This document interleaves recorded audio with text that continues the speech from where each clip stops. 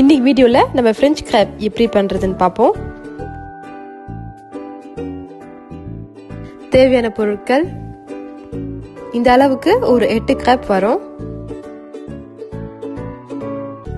மைதா 1 cup, அதாவது 125 gram.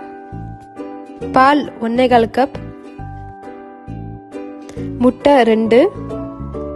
உருக்கி வச்ச நெய் 2 டேபிள் ஸ்பூன். உப்பு 1/4 டீஸ்பூன். பட்டைத்தூள் 1 பிஞ்ச். Vanilla essence 1 teaspoon. ஒரு பவுலில் 1 கப் மைதா மாவு ஆட் பண்ணிக்கோங்க. கூடவே உப்பு 1/4 டீஸ்பூன் போட்டுக்கோங்க.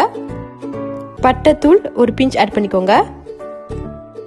உருக்குன நெய் 2 டேபிள் ஸ்பூன் போட்டுக்கலாம். ஒரு நல்ல ஃப்ளேவருக்கு வெண்ணிலா எசன்ஸ் 1 டீஸ்பூன் போட்டுக்கோங்க. 2 முட்டையை உடச்சி ஆட் பண்ணிக்கோங்க.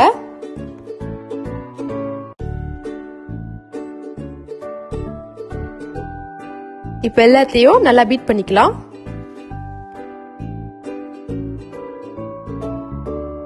இது கலக்கும் போது நீங்க கொஞ்சம் கொஞ்சமா 1.25 கப் மில்க் ஆட் பண்ணிக்கோங்க.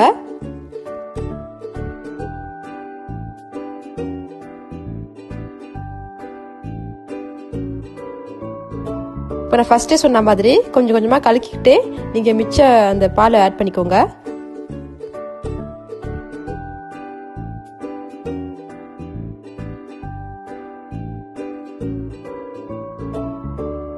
இப்போ அந்த கிராப் பாப் நல்லா ரெடி ஆயிடுச்சு. நல்ல ஒரு பதத்துக்கு வந்துருச்சு பாருங்க. இப்போ ஒரு அரை மணி நேரம், அதாவது 30 மினிட்ஸ் நீங்க ஊற விட்டுக்கோங்க.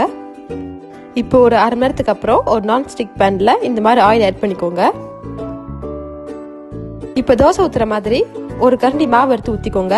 ஆனால் நீங்கள் கரண்டியால் ஸ்ப்ரெட் பண்ணாதீங்க, அந்த பேனாலேயே இப்படி சுற்றி விட்டுருங்க. ஒரு கரண்டிக்கு மேலே நீங்கள் அந்த பேனில் ஆட் பண்ணிங்கன்னா கிராப் ரொம்ப மொத்தமாயிரும், உங்களுக்கு சாப்பிட நல்லா இருக்காது. இப்போ பாருங்க, ஒரு பக்கம் நல்லா வந்துருச்சு. திருப்பி போட்டுக்கலாம். அதே மாதிரி இன்னொரு பக்கமும் நீங்கள் திருப்பி போட்டுக்கோங்க. இப்போ அந்த கிராப்ல ஒரு மாதிரி பபிள் சுட்டு புள்ளி புள்ளியா வந்துருச்சு, அப்படின்னா ரெடி ஆயிடுச்சுன்னு அர்த்தம். ஒரு கிராப் வேவறதுக்கு 2 to 3 நிமிஷம் ஆகும். இப்போ நாங்கள் கிராப்புக்கு நுத்தேலா தருவோம், அது பெஸ்ட் காம்போ. ஆனால் நீங்கள் ஜாம் தருவிக்கலாம், இல்லை ஹனி தருவிக்கலாம், இல்லாட்டி ஐஸ்டு சுகர் கூட தருவிக்கலாம்.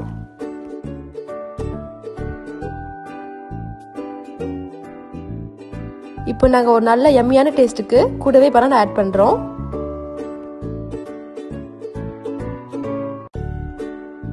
ரோல் பண்ணி அதில் மறுபடியும் பனானா ஆட் பண்ணிட்டு கூடவே சாக்லேட் சிரப் ஆட் பண்ணிங்கன்னா பார்க்கறதுக்கு அழகாக டெக்கரேட்டிவாக இருக்கும்.